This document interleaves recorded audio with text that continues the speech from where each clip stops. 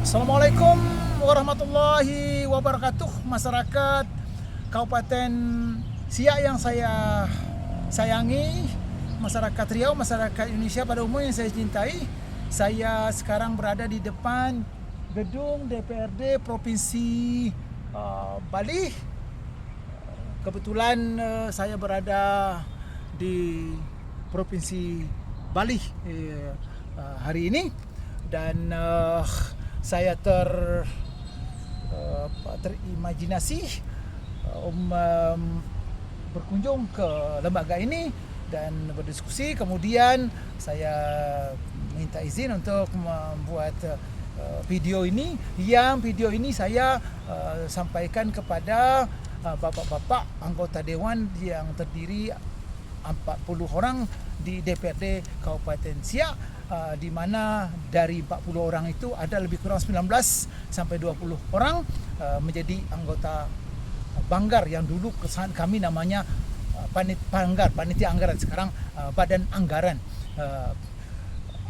yang beberapa hari lalu Bapak Pahan, salah seorang dari anggota dewan yang saya banggakan, cukup vokal dan menyuarakan aspirasi rakyat di antara 40 yang ada. Semoga yang lainnya mengikuti pola kerjanya Pak Pahan ini, luar biasa. Pak Marudut ini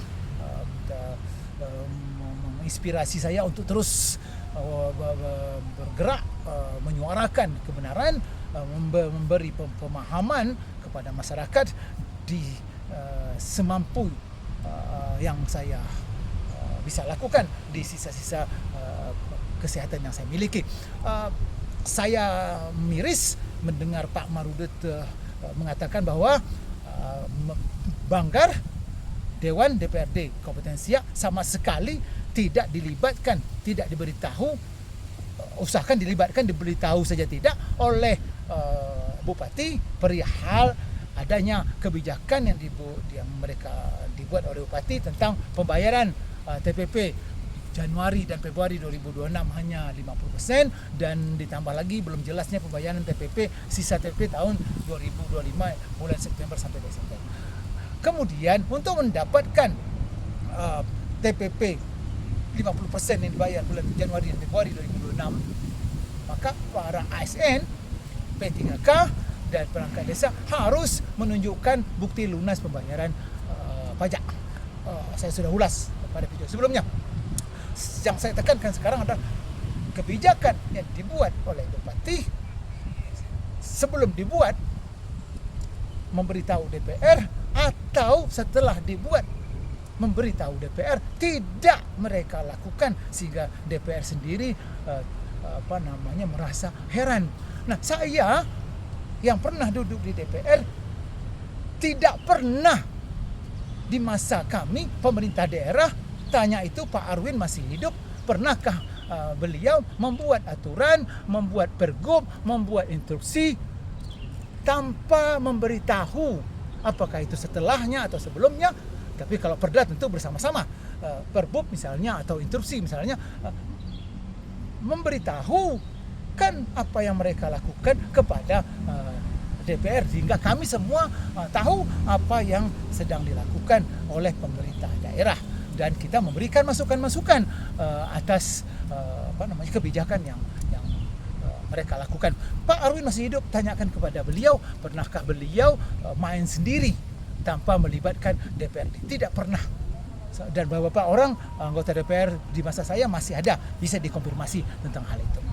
Nah, sekarang terjadi bahwa Bupati sepertinya jalan sendiri dan membuat kebijakan sendiri, one man show, padahal Bapak sesaudaraku yang saya hormati harus memahami bahwa kita yang punya negeri ini, rakyat Kabupaten Siak, bukan yang punya negeri ini Bupati, bukan yang punya negeri ini DPRD, tetapi mereka kita beri mandat untuk mengelola negeri ini yang tergabung di dalam namanya stakeholder, para stakeholder.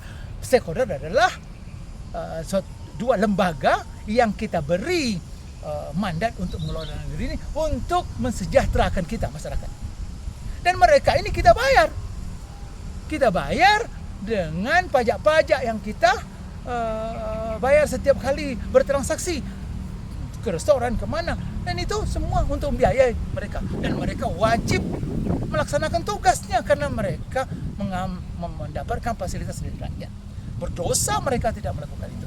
Dan bupati tidak bisa bekerja sendiri tanpa melibatkan bekerja sama dengan DPR, karena sejajar mereka antara pemerintah daerah dan DPRD, satu kesatuan yang tak terpisahkan.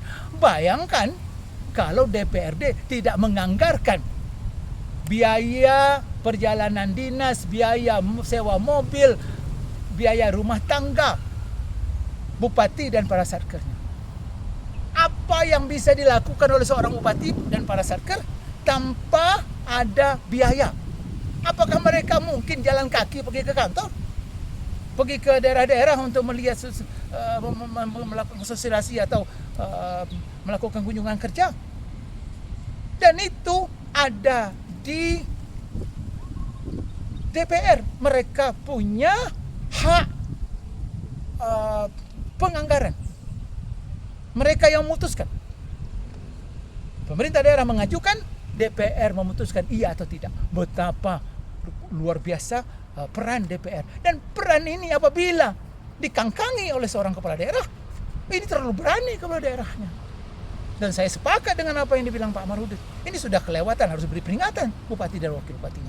Tidak bisa sendiri. Dan apabila terjadi masyarakat resah, masyarakat mengadu kemana? Mereka mengadu ke DPR. Apa DPR mau kasih tahu? Kalau DPR sendiri tidak tahu. Nah, ini fenomena ini harus dihentikan. DPR harus panggil bupati, beri peringatan ke depan, tidak boleh lagi hal seperti ini terjadi. Kalau tidak, fungsi penganggaran didudukkan lagi, diketatkan betul.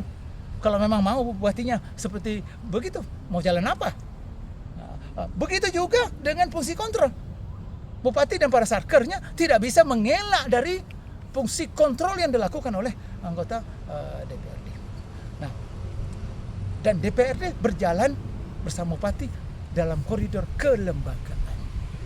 Nah, kita lihat sekarang ada fenomena di mana bupati menggandeng anggota dewan atas nama pribadi atau partai politik, tidak atas nama lembaga resmi DPRD, mengunjungi menteri, berjalan kemana-mana. Niatnya baik, tetapi itu di luar koridor tata kerja dari pemerintahan negeri ini. Kalau bupati ingin ada anggota dewan yang diajak untuk menjumpai pejabat tinggi di Jakarta atau berkunjung kemana-mana resmi, harus meminta kepada lembaga resmi dewan, dan dewan akan pastilah beraktif melakukan itu, tetapi atas nama lembaga DPRD lewat komisi-komisi yang di dalamnya ada bidang-bidangnya masing-masing. Kalau bupati pergi ke mengunjungi menteri koperasi dan UMKM, ada komisi yang menangani itu, yang mewakili DPRD yang bisa berangkat.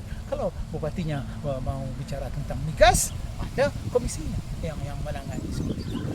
Kalau bupati ingin pergi lihat beberapa jembatan jalan di kabupaten kota, di kabupaten Siak,